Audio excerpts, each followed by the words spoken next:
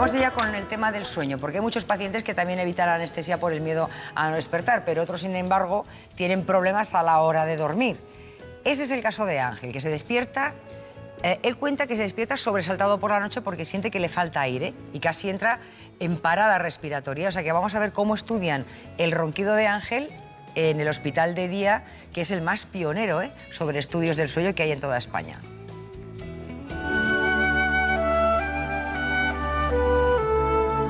Cuando uno duerme no sabe lo que está pasando, no es consciente, no sabe cómo respira, no sabe si ronca, nunca lo sabrá hasta que alguien lo detecte y se lo diga. Es el caso de las personas que sufren apnea obstructiva del sueño, algo muy peligroso para su salud. Esto es la apnea, que es entre ronquido y ronquido, claro, mientras roncas, respiras. Y cuando tienes una apnea, obviamente no puedes roncar. Aquí tenemos el ejemplo de una poligrafía respiratoria, cardiorrespiratoria. En la parte inferior se puede ver en este caso el ronquido, se puede ver y oír. El ronquido que en este caso está marcado por una intensidad de estas barras y las rayas azules marcan, digamos, el ciclo de un ciclo respiratorio con ronquido intenso. Y luego aquí arriba, yo creo que se puede apreciar claramente, esto es la respiración, es decir, la cantidad de aire que entra y sale del pulmón. Y aquí también se pueden ver los trastornos de la respiración, como el paciente respira, disminuye su respiración, vuelve a respirar, y lo único que llama la atención es que más que ronquido hay esta respiración casi como un estridor que hace el paciente cuando vuelve a respirar de manera profunda.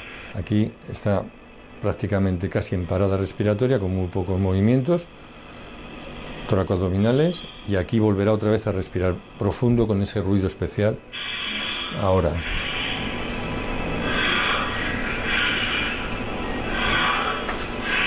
Yo lo que tenía era que me despertaba bruscamente. O sea, a lo mejor a las 2 de la mañana o a las 3, pues me despertaba como si me faltase respiración o algo. Y en fin, luego me quedaba otra vez dormido y me daba unos zumbidos y eso. ¿Y se notaba cansado durante el día? Sí, bueno, cansado porque las piernas me duelen bastante. Pero, en fin. Daba cabezadas a lo mejor durante el día también, porque claro, si no descansaba bien. Después de comer, a lo mejor me quedo media hora. El perfil típico, el que hemos considerado típico del síndrome de apnea del sueño, es el paciente obeso, roncador y abotargado, y que durante el día presenta somnolencia diurna incontrolable. Empezamos a ver muchos pacientes atípicos, y entre estos se incluyen gente más joven, que no tiene tanto somnolencia como cansancio no explicado, y que son principalmente roncadores que tienen algo más en síntomas. Hoy estamos grabando en el hospital que realiza más estudios del sueño al año en toda España. Un centro líder de la Fundación Jiménez Díaz, que además es pionero en algo especial. Ha puesto en marcha el primer hospital de día neumológico para estos pacientes roncadores que se quedan sin respiración mientras duermen. Aquí, una vez sí están siendo diagnosticados los pacientes, se les remite a esta unidad para adaptarse a las máquinas de terapia respiratoria, principalmente lo que llamamos CPAP. Están durante sesiones de 1 hora y media aproximadamente, y durante un periodo aproximado de 3 meses son revisados por nuestro técnico, nuestra enfermera, para asegurarnos de que usan adecuadamente el equipo de CPAP y se adaptan a ellos. Ángel ya ha pasado por este hospital de día. Con esa máquina resulta que te relajas un poco más, y si antes dormía 3 horas, ahora duermo 6. Algo muy importante, porque el sueño es fundamental para todos los órganos vitales, empezando por el cerebro y el corazón, nuestros tesoros más preciados. Bueno, hoy no tenemos un especialista, hoy tenemos 2, porque va ligado el sueño con los dientes. Ahora vamos a ver por qué. Y por eso hemos invitado al doctor Eduardo Anitua Aldecoa. Muy buenos días, bienvenido. Buenos días. ¿Qué tal va la vida? Todo bien. Qué alegría, todo bien. Bueno, el doctor Anitua es el director científico de la Biotechnology Institute. Está ubicado además en Vitoria, que es donde tiene allí su clínica. Y nos acompaña también el doctor Joaquín Durán. Muy buenos días. Buenos días. Es neumólogo, trabaja en la unidad del sueño, es director científico del Instituto de Investigación de Bioaraba. Bueno, vamos a ver, primero, una cosa. Estaba hablando Ángel de las malas noches que pasa, pero quiero escuchar el sonido de una apnea, para que luego me digan qué le pasa a esa persona cuando tiene una apnea, ¿vale? A ver, venga.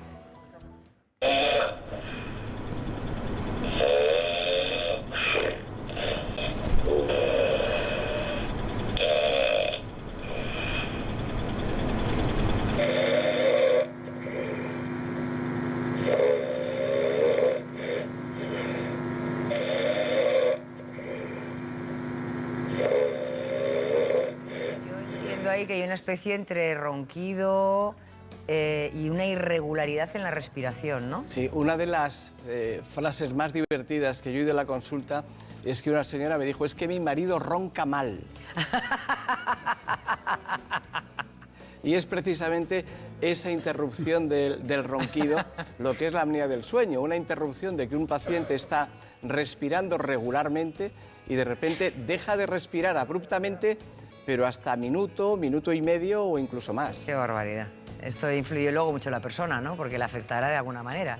Claro, cada vez que deja de respirar, deja de llegar oxígeno a los órganos vitales y eso se repite centenares de veces cada noche, todas las noches de su vida, con lo cual a la larga se generan los problemas de salud que tienen que ver con la apnea del sueño. Bueno, pues entonces vamos a sumergirnos en el sueño sin quedarnos dormidos. Hablaremos de los dispositivos que nos pueden dejar para que nos los pongamos en casa para probar cómo es nuestro sueño y luego de las férulas, las buenas y las malas, ¿de acuerdo? Las que están recomendadas del dentista y las que se venden en internet, que ahí parece que no las recomendamos. En 4 minuticos sigue la mañana y hablamos de la apnea y del sueño.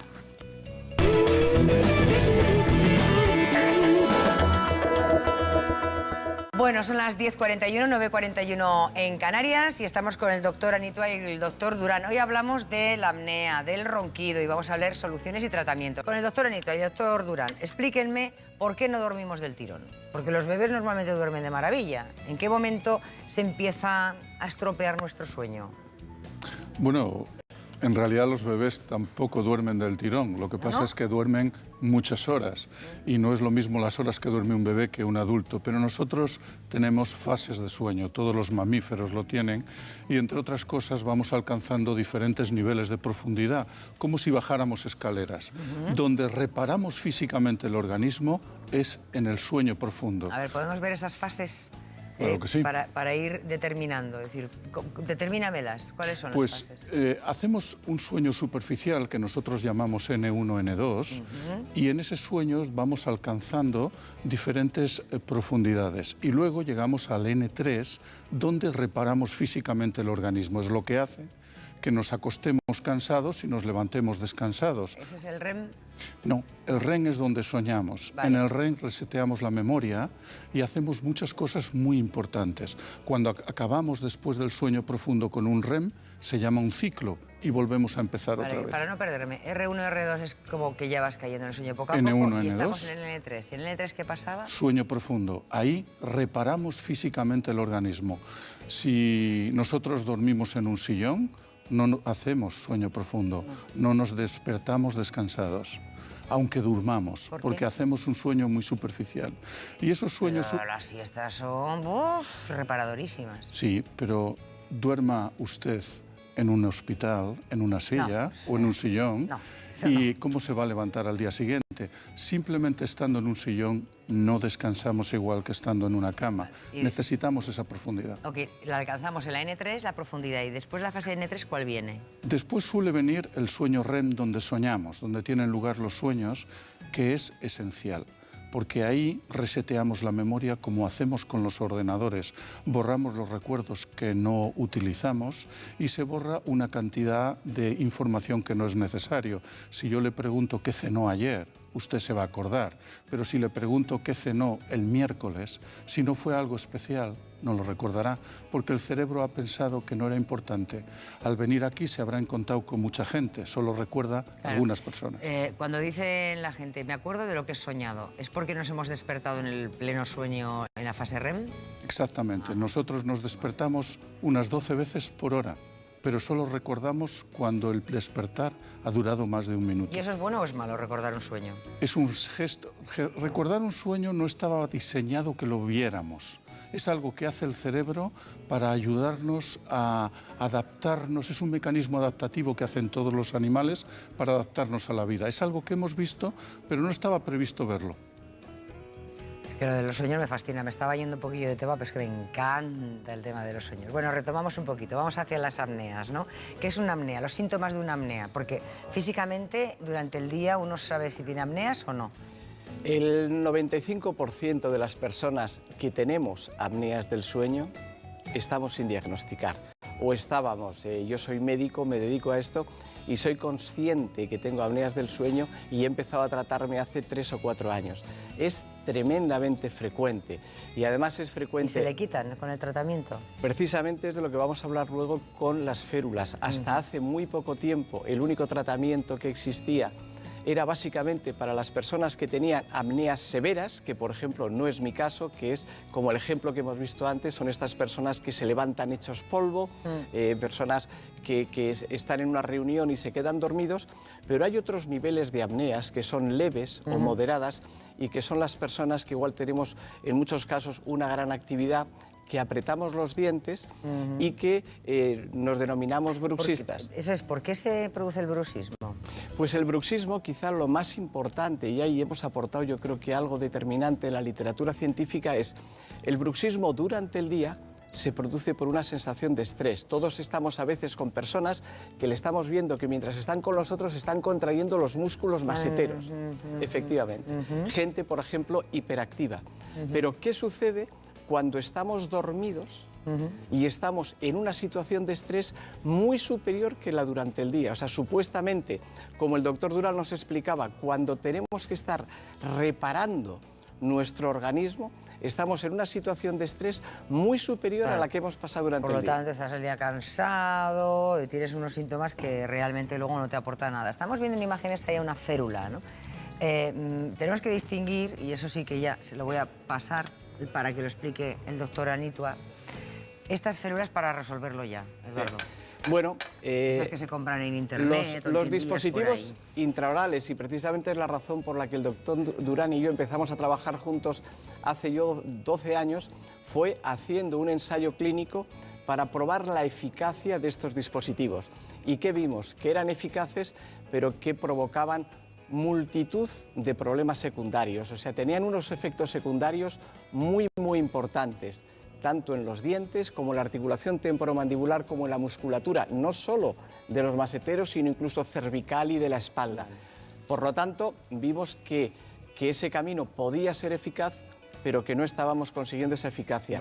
Entonces, llevamos años trabajando y desarrollando un dispositivo que no es un dispositivo de avance mandibular, como se conocía hasta ahora, sino que lo que es un dispositivo que lo que va a hacer es impedir que se nos cierre la vía aérea.